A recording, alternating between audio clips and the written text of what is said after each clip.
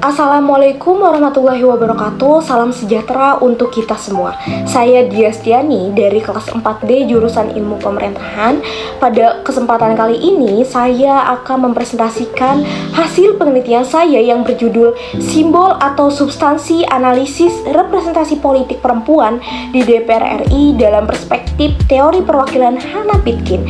Penelitian ini disusun sebagai tugas akhir untuk mata kuliah Lembaga Perwakilan.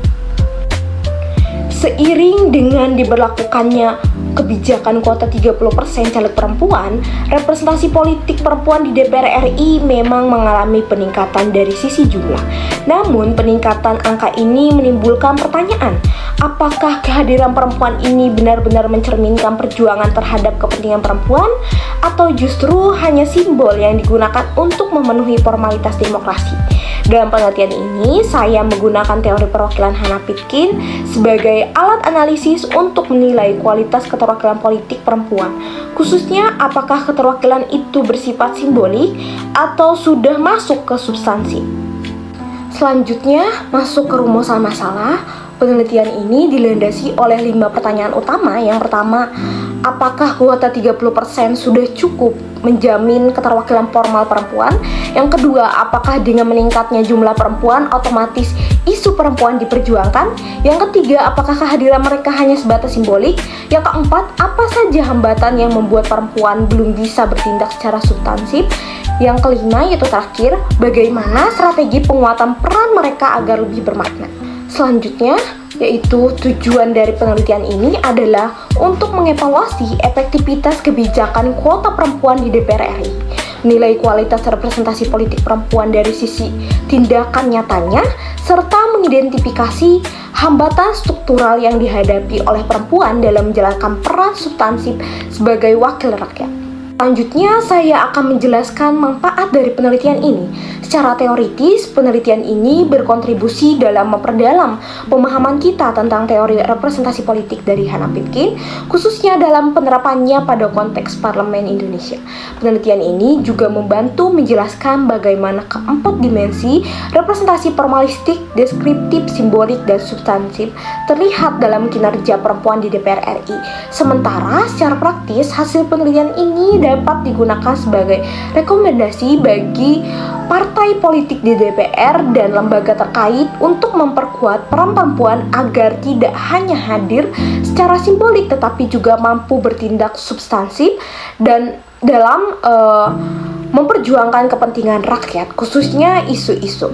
Selanjutnya, masuk ke kajian teori. Untuk mendasari analisis, saya menggunakan teori representasi dari Hannah Pitkin yang membagi representasi politik ke dalam 4 dimensi utama. Yang pertama, representasi formalistik, yaitu keterwakilan yang sah secara hukum atau melalui pemilu. Kedua, representasi deskriptif, yaitu keterwakilan berdasarkan kesamaan identitas seperti jenis kelamin.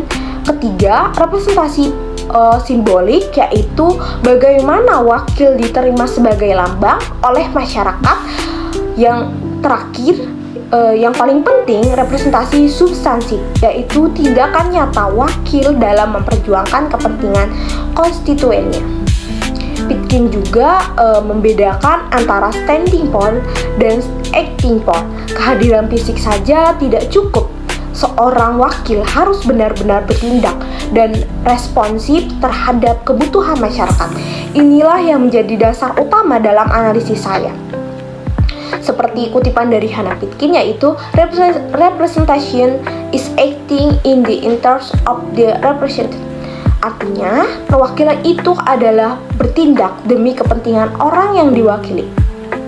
Jadi, menurut Pitkin, inti dari representasi politik bukan sekedar hadir atau duduk di kursi kekuasaan, tapi benar-benar melakukan tindakan politik yang sesuai dengan kebutuhan, harapan, dan kepentingan rakyat konstituen yang diwakilinya. Dalam konteks penelitian saya, ini berarti perempuan di DPR RI belum bisa disebut benar-benar mewakili kalau mereka tidak memperjuangkan kebijakan yang berpihak pada perempuan, meskipun secara jumlah mereka sudah hadir di parlemen. Selanjutnya, masuk ke metode penelitian. Saya menggunakan penelitian kualitatif dengan pendekatan studi kasus dengan metode studi literatur. Pendekatan ini dipilih karena saya ingin menggali secara mendalam satu kasus yang spesifik, yaitu representasi perempuan di DPR RI. Data yang saya gunakan bersifat sekunder dan dianalisis menggunakan pendekatan tematik berdasarkan 4 dimensi representasi dalam teori Hannah Pitkin. Selanjutnya masuk ke pembahasan. Yang pertama itu saya akan membahas mengenai representasi formalistik terlebih dahulu. Pada dimensi formalistik, perempuan memang telah mendapatkan legitimasi politik melalui kuota 30% yang diatur dalam perundang-undangan. Tapi sayangnya implementasi dari kuota ini cenderung administratif. Banyak partai hanya mencalonkan perempuan sebagai syarat tanpa memberikan pelatihan politik atau dukungan struktural yang cukup. Akibatnya meskipun perempuan hadir secara legal, kualitas hubungannya representatifnya itu masih sangat lemah.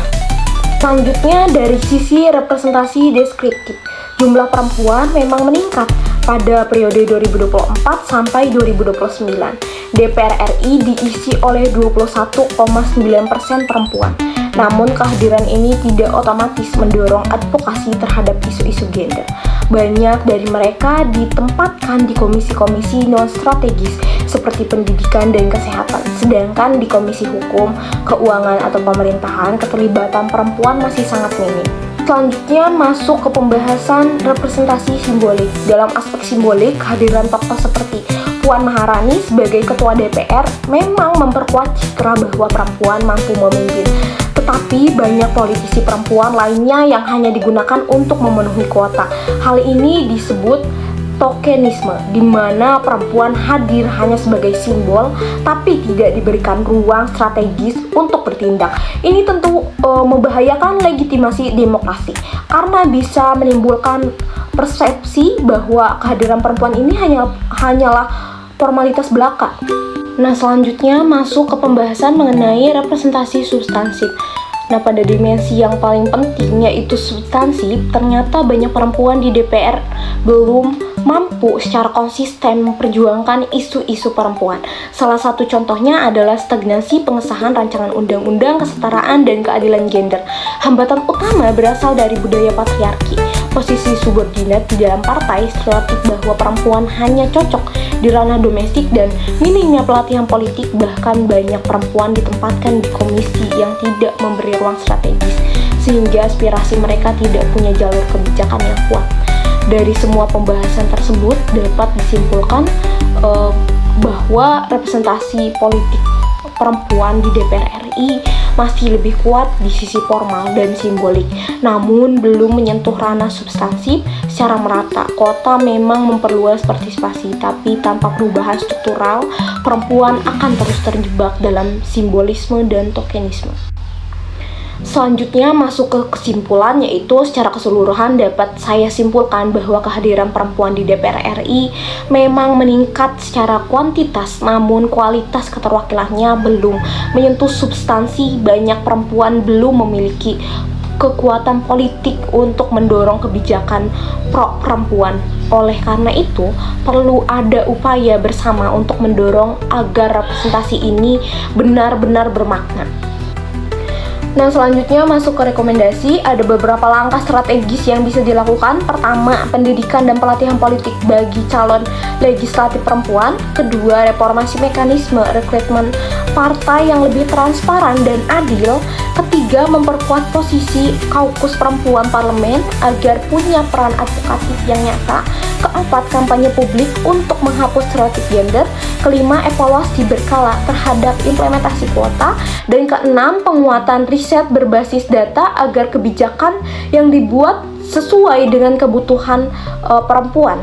Akhir kata, saya ingin menegaskan bahwa representasi sejati bukan sekedar tentang hadir secara fisik, tapi tentang kemampuan untuk bertindak dan memperjuangkan kepentingan publik. Perempuan tidak hanya harus diwakilkan, tapi harus diberi ruang dan kuasa untuk mewakili secara substantif. Dan ini merupakan daftar pustaka dari penulisan saya. Terima kasih atas perhatiannya. Kurang lebihnya mohon maaf. Wassalamualaikum warahmatullahi wabarakatuh.